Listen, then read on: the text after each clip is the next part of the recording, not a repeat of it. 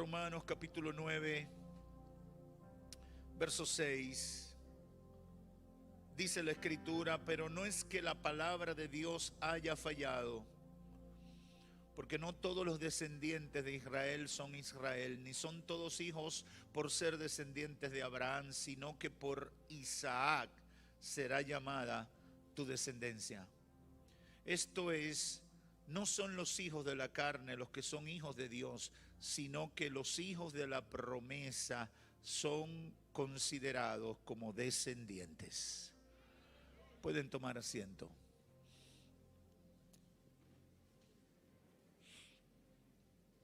Quiero hablarles con el tema los hijos de la promesa. Una promesa es cuando le decimos, le prometemos, le aseguramos, haciendo un compromiso a alguien de hacer algo o de asumir un compromiso que será ineludible para nuestra vida. Te prometo que te vengo a visitar esta semana. No te digo el día, no te digo la hora, pero te prometo que vengo. Ya esa persona tiene la seguridad de que usted va a ir. O puede ser más específico: te prometo que el lunes en la noche te estaré visitando, voy a compartir contigo. Eso es una promesa. Te prometo que cuando te gradúes te voy a comprar un carro. Así le dicen algunos padres a los hijos. Eso es una promesa. Cuando el apóstol Pablo escribe a los romanos, establece el derecho y la jurisdicción de los gentiles y su vínculo con la promesa de Dios hecha a Abraham allá en Génesis capítulo 12, verso 2. Además establece la garantía que tenemos en Cristo y las condiciones de quienes los reconocemos como Salvador y Señor de nuestras vidas, como parte de esa promesa de Génesis 12:2. Y hoy quiero hablarle con la ayuda del Espíritu Santo de la oportunidad que representa esto para aquellos que han decidido en constituirse en hijos de la promesa de Dios, y que por medio de Cristo Jesús nos alcanza a todos nosotros en el siglo XXI. Y esa es una buena noticia para mucha gente. Y eso puede traer luz y claridad a muchos que me están escuchando dentro y fuera de este templo. ¿Dónde comienza todo esto? Dios hace una promesa a su siervo Abraham. Génesis capítulo 12, versos 2 al 3. Dice: y el Señor dijo a Abraham: vete de tu tierra, de entre tus parientes, de la casa de tu padre, a la tierra que yo te mostraré, y haré de ti una nación grande, y te bendeciré, y engrandeceré tu nombre, y serás de bendición. Esa es la promesa que el Señor le hace allá en Génesis capítulo 12 a su siervo Abraham. ¿Por qué? Bueno, porque Dios es un Dios de promesas. ¿Por qué? Porque Dios es un Dios que asume compromisos. Vivimos en un tiempo que la gente no quiere asumir compromiso de nada. Usted ve que la gente no quiere ni casarse, por si acaso. Vamos a vivir juntos, a probar, por si acaso esto no funciona. Yo digo que esa es la trampa más grande del diablo. El que comienza una relación de esa manera tiene la garantía de que no va a funcionar.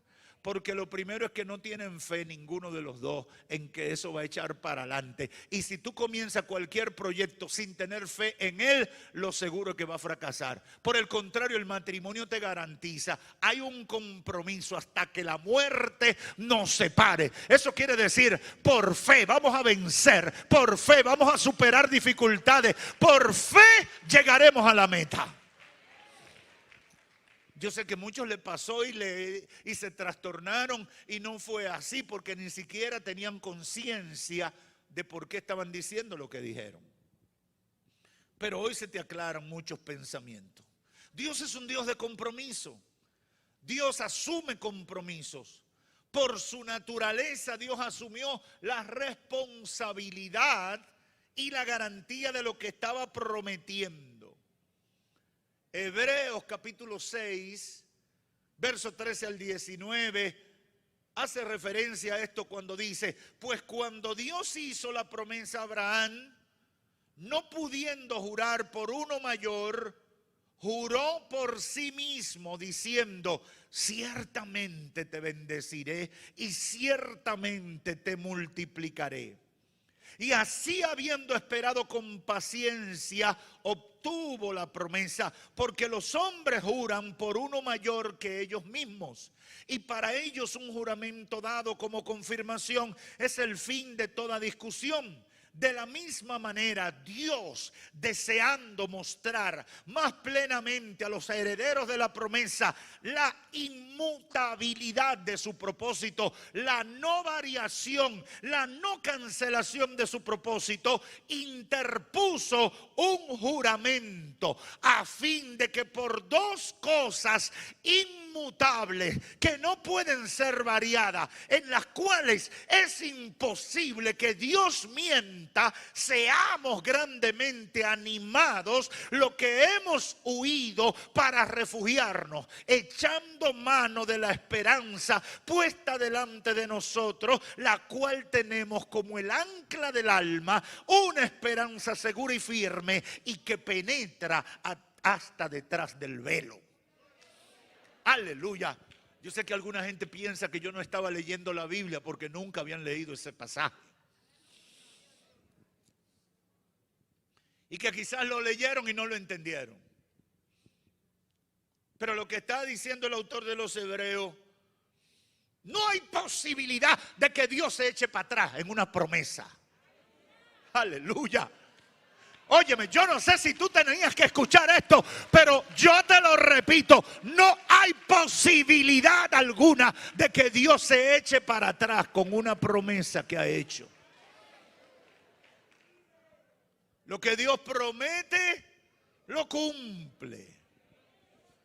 Si Dios prometió bendición, ¿puede el infierno entero levantarse para hacerte oposición? Pero la bendición viene porque Dios lo prometió. ¡Aleluya! ¡Gloria a Dios! ¡Aleluya! Oye, hermano, no te lleves de lo que pueda decir el diablo, ni de lo que se puede inventar el infierno con su equipo de difamación. Lo que Dios ha prometido, Dios lo va a cumplir.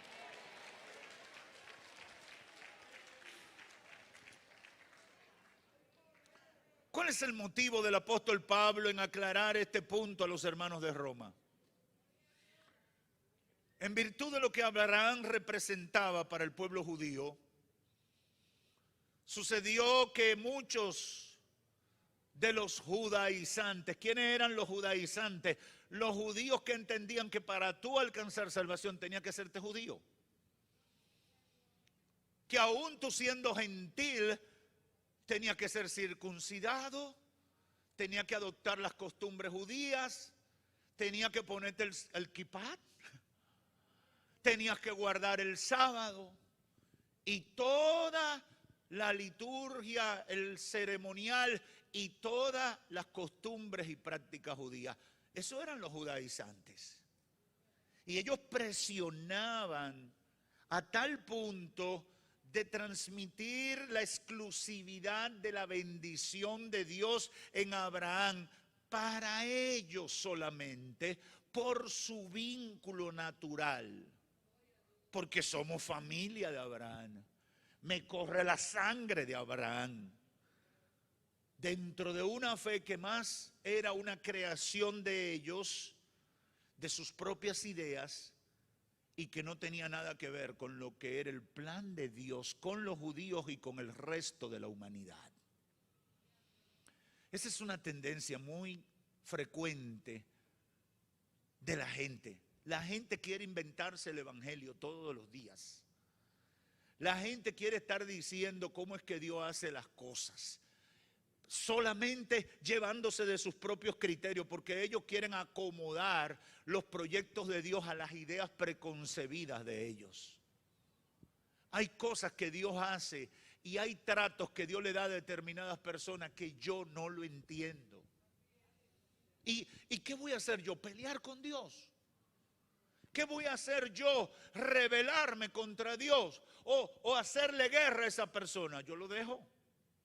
Déjalo. Si Dios es el que está ahí, eso se va a aclarar y las cosas encajarán en su debido momento. Aleluya. Pero los judaizantes tenían esa batalla. Ellos querían convertir en judío a todo el mundo. Y es más, hacían sentir a las demás personas que no eran merecedores de la bendición de Dios como fue declarada sobre la vida de Abraham, sino que era exclusiva de ellos. Y es a partir de esto que Pablo tenía que hacerle entender varias cosas que ellos no estaban tomando en cuenta. En primer lugar, el tener un vínculo natural no significaba automáticamente recibir la bendición de Dios.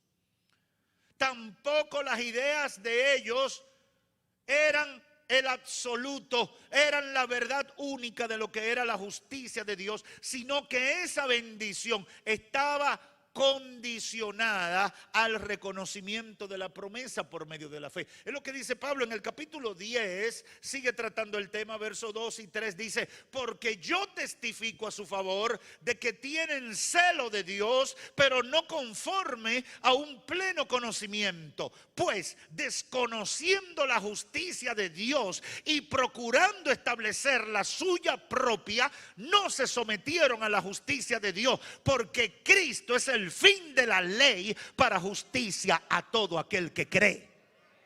Aleluya.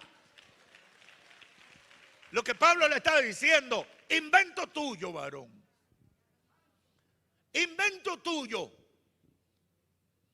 invento tuyo. Cuando está limitando, Cristo es el fin de la ley para que todo aquel que en él cree. Estaba confirmando lo de Juan 3:16. Porque de tal manera amó Dios al mundo, que ha dado a su Hijo unigénito, para que todo aquel que cree en Él no se pierda, mas tenga vida eterna. ¿Quién se salva? ¿Quién tiene vida eterna? Todo el que cree en el Hijo de Dios. Ahora, pero los judaizantes no entendían eso. Ellos decían: no, tú tienes que ser judío. Tú tienes que guardar el sabbat. Tú tienes que comer como nosotros comemos. Tú tienes que ser circuncidado para ver si te damos un chance. Lo segundo que Pablo está tratando de hacerle entender es que al mismo tiempo la fe, o quería que ellos entendieran que la fe como el medio para ser beneficiado de la promesa no tenía nada que ver con la ascendencia judía. La fe era el vínculo que nos conectaba con la promesa de Dios. Mire lo que dicen los versos 30 al 33 del capítulo 9. ¿Qué diremos entonces? Que los gentiles que no iban a entrar a la justicia alcanzaron justicia, es decir, la justicia que es por la fe, pero Israel, que iba tras una ley de justicia, no alcanzó esa ley. ¿Por qué? Porque no iban tras ella por fe, sino por obra. Tropezaron en la piedra de tropiezo, tal como está escrito: he aquí pongo en Sión una piedra de tropiezo y roca de escándalo, y el que crea en él no será avergonzado. Para llegarse a Dios hay que creer por fe. Y los judíos seguían dogmas, seguían doctrinas que quizás pudieron estar muy bien intencionadas, pero anulaban la fe. Yo digo que nosotros en este tiempo tenemos un poquito una versión de eso. Porque mucha gente cree que el evangelio es que la salvación primero es un tema de sangre. Yo me he encontrado con gente que me dice: mi abuelo era pastor. Yo nací en un hogar cristiano. Desde chiquito a mí me llevaban a la escuela dominical. ¿Usted ha oído gente que habla así?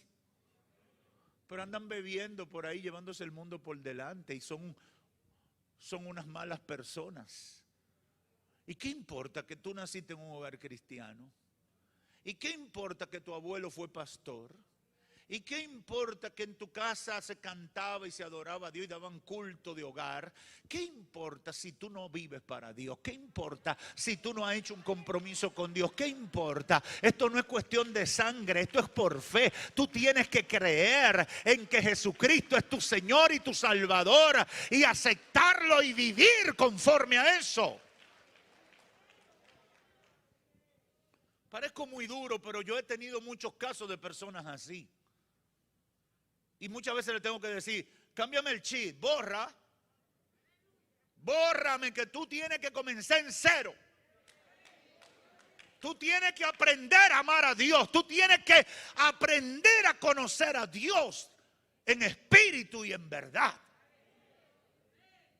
Lo tercero que Pablo está tratando de decirle es que el derecho otorgado a los gentiles por medio de Jesucristo no representaba ninguna injusticia por parte de Dios, porque Dios lo hacía en su condición de soberano, quien no necesita la opinión de nadie para establecer leyes y orden a sus criaturas. Mire cómo lo declara en el verso 14 del mismo capítulo 9. ¿Qué diremos entonces? ¿Que hay injusticia en Dios? De ningún modo, porque Él dice a Moisés: tendré misericordia del que yo tenga misericordia y tendré compasión del que yo tenga compasión. Así que no depende del que quiere ni del que corre, sino de Dios que tiene misericordia. Y añade en el verso 17, porque la Escritura dice a Faraón: para esto mismo te he levantado, para demostrar mi poder en ti, para que mi nombre sea proclamado por toda la tierra. Así que del que quiere tiene misericordia y al que quiere endurece. Me dirás entonces, ¿por qué pues todavía reprocha a Dios? Porque ¿quién resiste? ¿Quién resiste a su voluntad? Al contrario, ¿quién eres tú, oh hombre, que le contestas a Dios? ¿Dirá acaso el objeto modelado al que lo modela: ¿por qué me hiciste así? ¿O tiene el alfarero derecho sobre el barro? ¿O no tiene el alfarero derecho sobre el barro de hacer de la misma masa un vaso para uso honroso y otro para uso deshonroso? Lo que está diciendo la Escritura es que nadie tiene derecho a cuestionar a Dios cómo maneja su gracia y su misericordia. La gracia y la misericordia de Dios no es un derecho de los seres humanos, es un favor no merecido.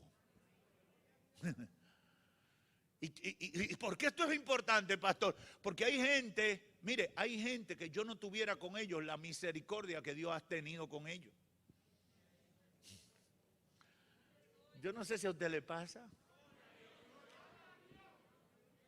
Hay esposas que dicen, hay mujeres que no quisieran que Dios salvara a su marido por malo, por lo que me ha hecho. Yo he tenido muchos casos de hermanas que me han dicho: pastor, yo le pregunté, ¿su marido le sirve al Señor? No, pero yo estoy orando. Porque ese malandrín, yo estoy orando para que el juicio de Dios. Digo, ¿y qué es lo que usted quiere decir? Como son muy cristianas, me dicen, para que el Señor los corte.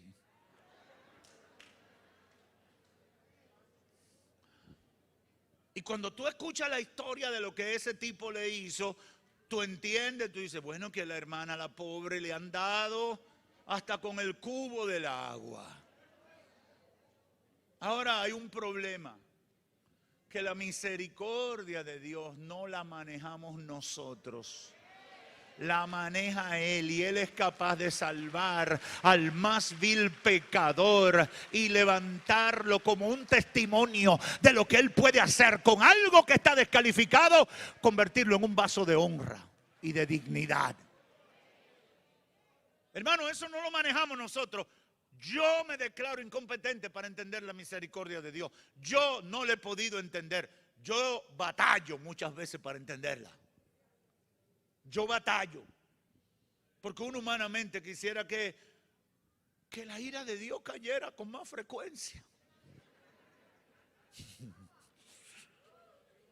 ¿O soy yo el único? Pasa que somos tan cristianos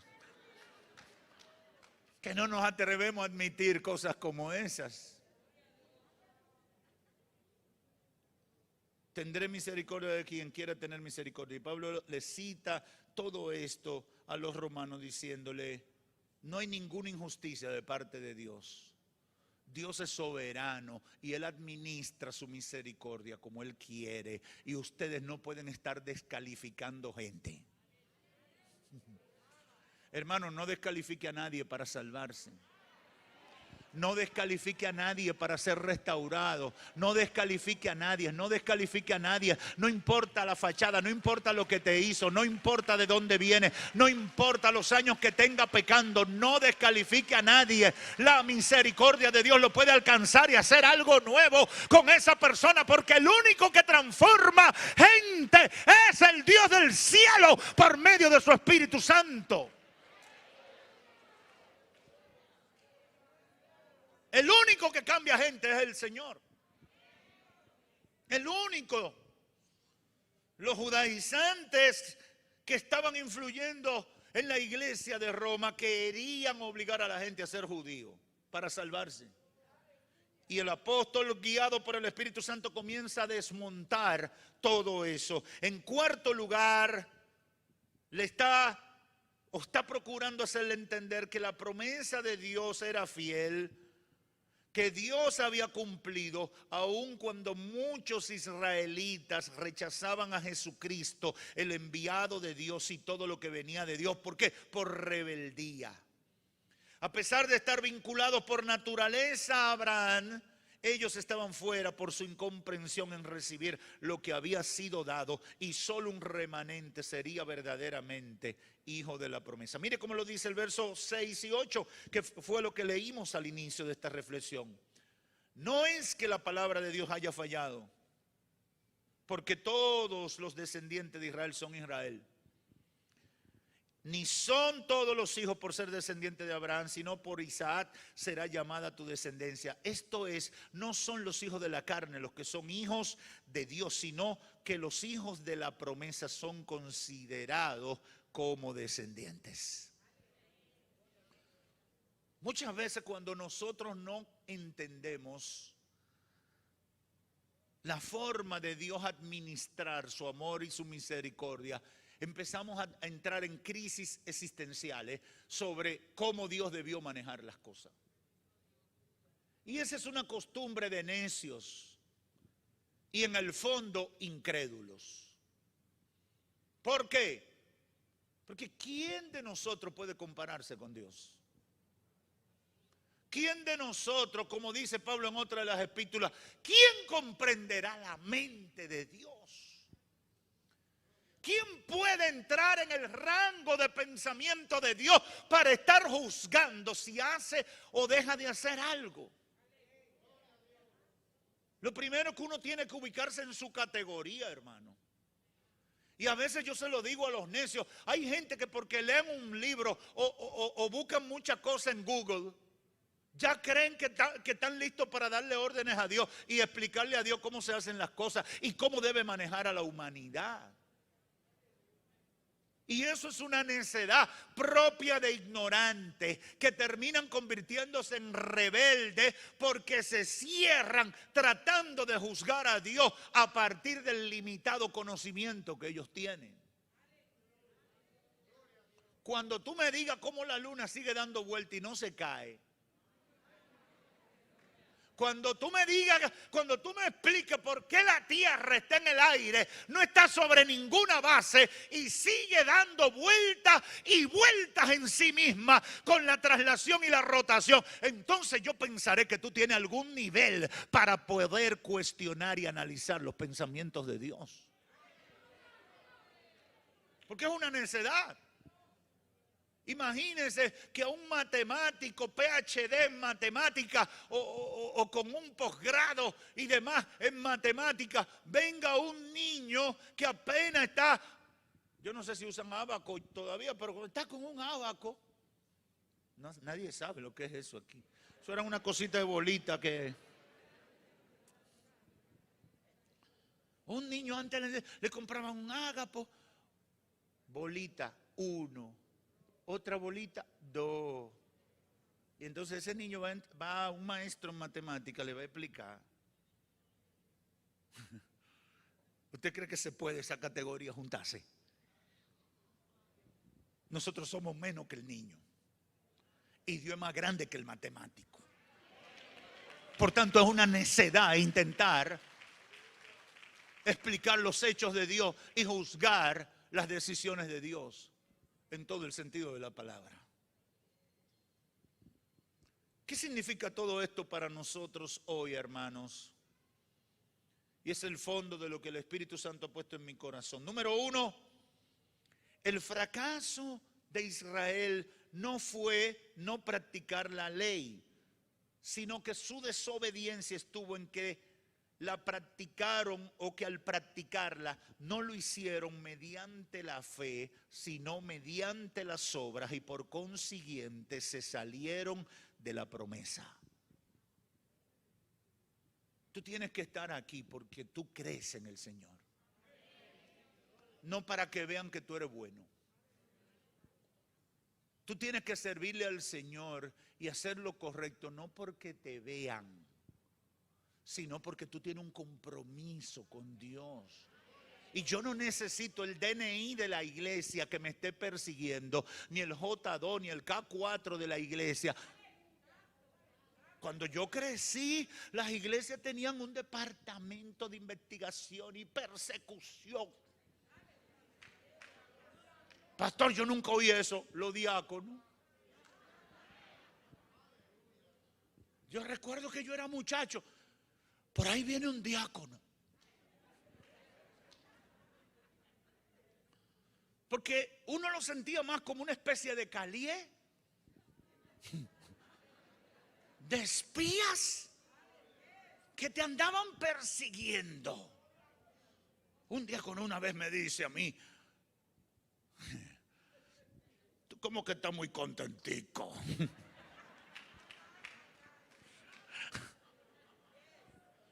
Él no le importaba cuál era el motivo de mi alegría. Para él, algo raro debe haber por ahí, que tú estás como muy contentico. Y yo no me recuerdo cuál era el motivo, pero quizá era que la siervita que me llamaba la atención había llegado a la iglesia bonita.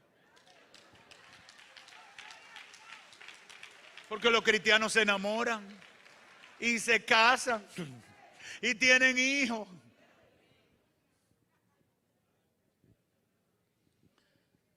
El fracaso de Israel radicó en que todo lo que hizo no lo hacía mediante la fe, sino que ponía su confianza en las obras y por consiguiente se salieron de la promesa. Muchos están practicando el evangelio por medio de obras y no por la fe. En segundo lugar, los hijos de la promesa son gente diferente a los demás. Tienen el privilegio de un compromiso que Dios ha hecho y un derecho que Dios le ha dado por su soberanía y misericordia para con todos los que voluntariamente han decidido creerle. Por tanto, voy a hacer esta pregunta. Si usted entendió lo que acabo de decir, usted va a contestar correctamente. ¿Cuántos de los que están aquí son hijos de la promesa?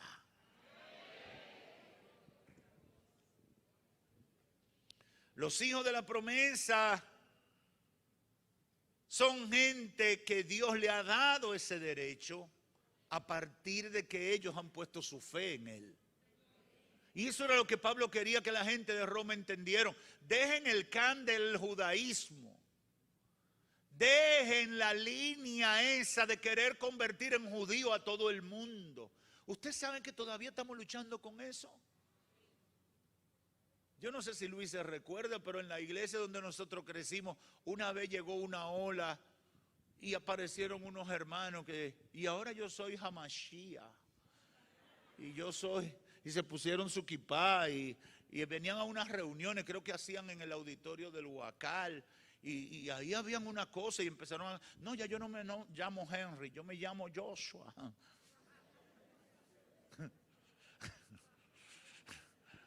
¿Y dónde está fulano? No, hoy ya es viernes en la noche, él está acuartelado porque todavía se está luchando con eso. Quizás nosotros lo vemos eso como algo esporádico y demás, pero la realidad es que en el tiempo de Pablo, a la iglesia cristiana que había en Roma, lo estaban atacando poderosamente con esas presiones. Y el Espíritu Santo lo guía para decirle, los hijos de la promesa son gente que han creído en Cristo Jesús. Están conectados con Abraham por causa de su fe.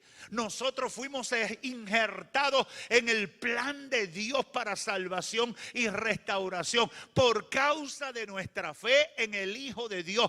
Dice Juan en el capítulo 1, a lo suyo vino y los suyos no le recibieron, pero a todos los que le recibieron le dio la potestad de ser hechos llamados hijos de Dios.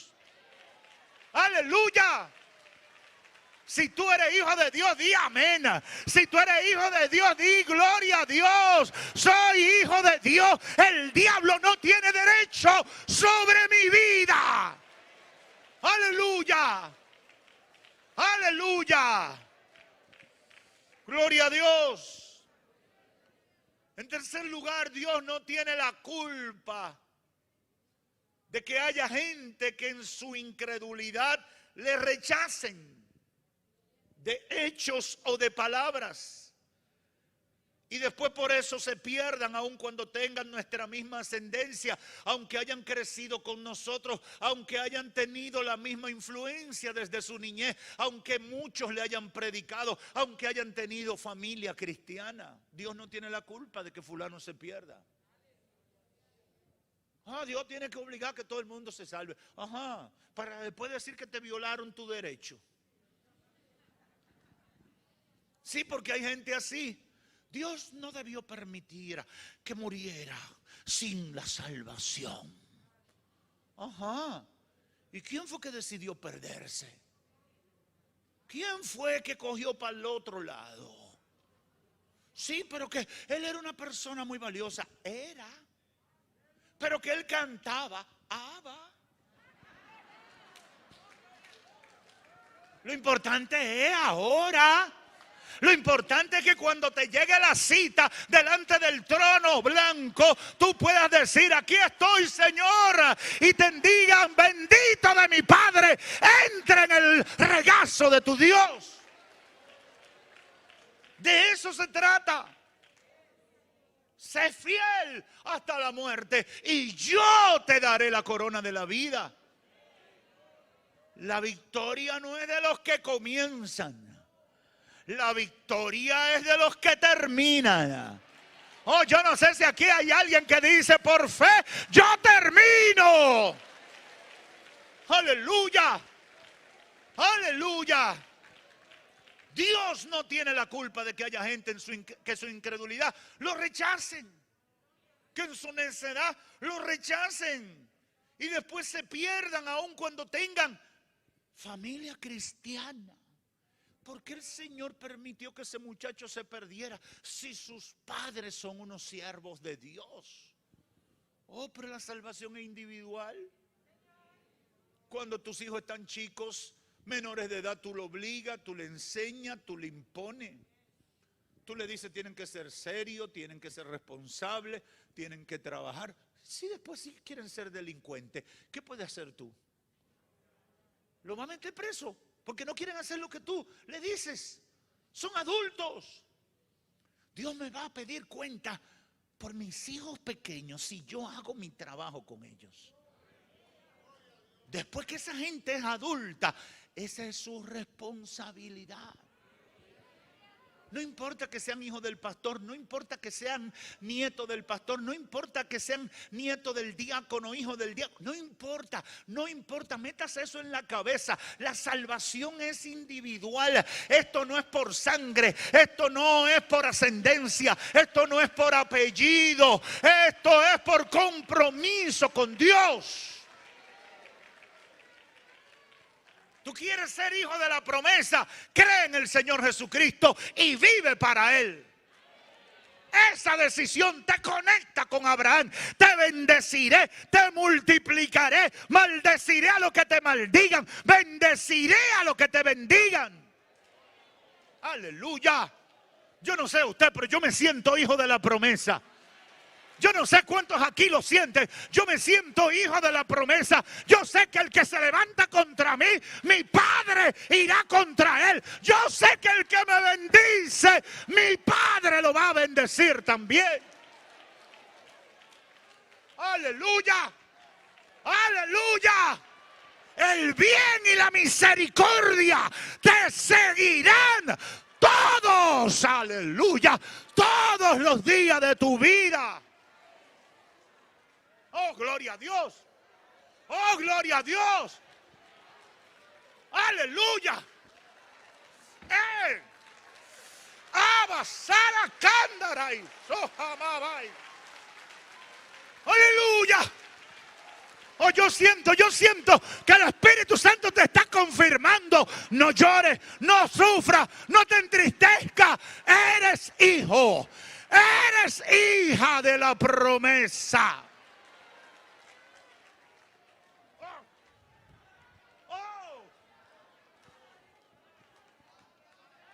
Oh, santo. Aleluya.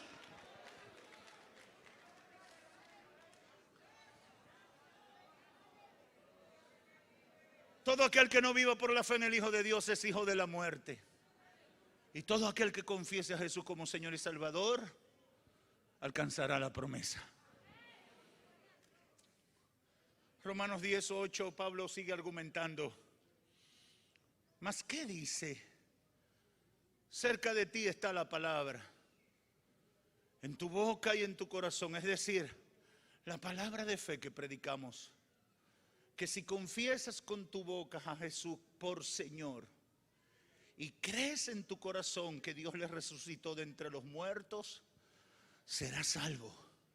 Porque con el corazón se cree para justicia y con la boca se confiesa para salvación. Oh, gloria a Dios.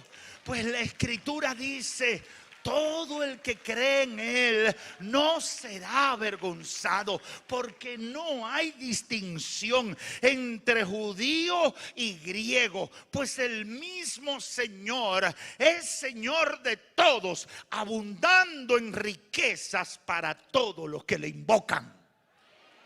Aleluya. Déjenme el sectarismo. Es hijo de Dios el que tiene su fe en Él, el que confía en Él. Dejen su manejo turbio. Esto no es cuestión de sangre. Esto es cuestión de fe. Esto no es cuestión de relaciones. Esto no es cuestión de que fulano te está ayudando y te la está buscando para que te dejen entrar en el cielo. Tú puedes vivir en este sistema corrupto y pecador de esta tierra, que lo falsifican todo. Falsifican pasaporte, falsifican cédula, falsifican tarjeta de vacunación, falsifican todo. Pero allá en el cielo nada más hay una cosa que te da derecho a entrar: la fe en Cristo Jesús. Y esa tiene que ser auténtica, esa tiene que ser genuina. Esa es la que te da derecho a recibir el perdón y la salvación. Aleluya.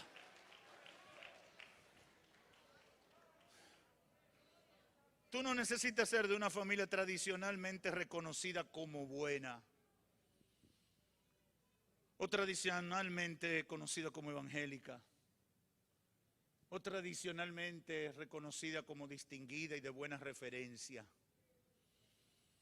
Es posible que con todas esas cosas buenas a tu favor, no hayas entendido lo importante que es que el favor de Dios, por la promesa que hay sobre ti a partir de poner tu fe en Cristo, es la que te da el derecho de ser llamado hijo de Dios. No estoy diciendo que lo otro sea malo.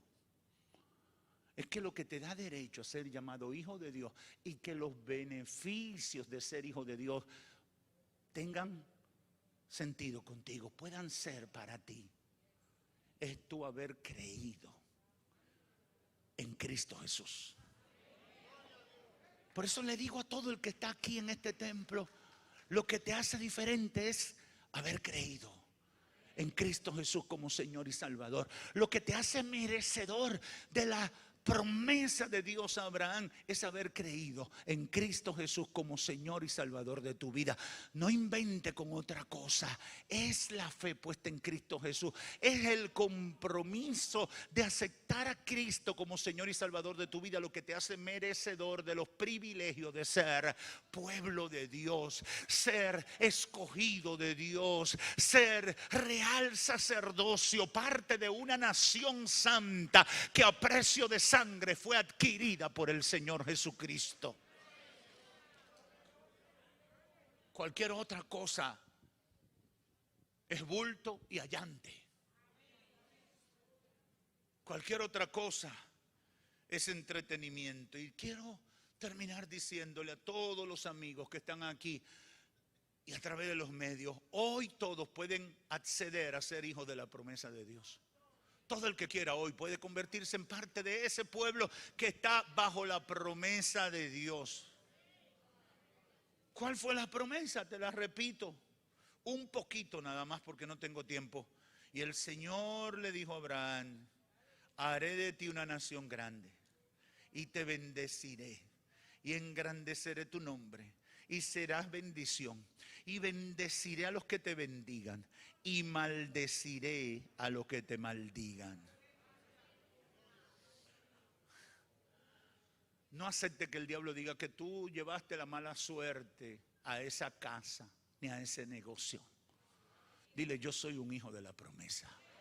Lo que sale de mí es bendición. Lo que sale de mí es bendición. Yo soy de bendición. Yo soy de bendición. Yo tengo el favor, la gracia y la misericordia de Dios sobre mí que me persiguen. Yo soy de bendición. Porque la gracia y la misericordia de Dios van detrás de mí. Porque creí en Jesucristo. Amigo, cree en Jesucristo. Amiga, cree en Jesucristo. Tú que estás aquí, tú que estás a la distancia, cree en Jesucristo. Hermano, tú que no sabías ni por qué venía a la iglesia, conviértete hoy de verdad. Hay gente que tiene que convertirse de verdad. Hay gente que ha llegado a la iglesia por impulso de otro. Pero el Señor te dice: conviértete en un hijo de la promesa, no de la tradición. Conviértete en un hombre, una mujer de bendición, porque el favor, la gracia y la misericordia de Dios están sobre ellos. Conviértete en un hombre de Dios, conviértete en una mujer de Dios que está bajo la promesa de Dios. ¿Por qué? Porque eso es lo que funciona aquí en esta tierra y en la eternidad. Que Dios te bendiga.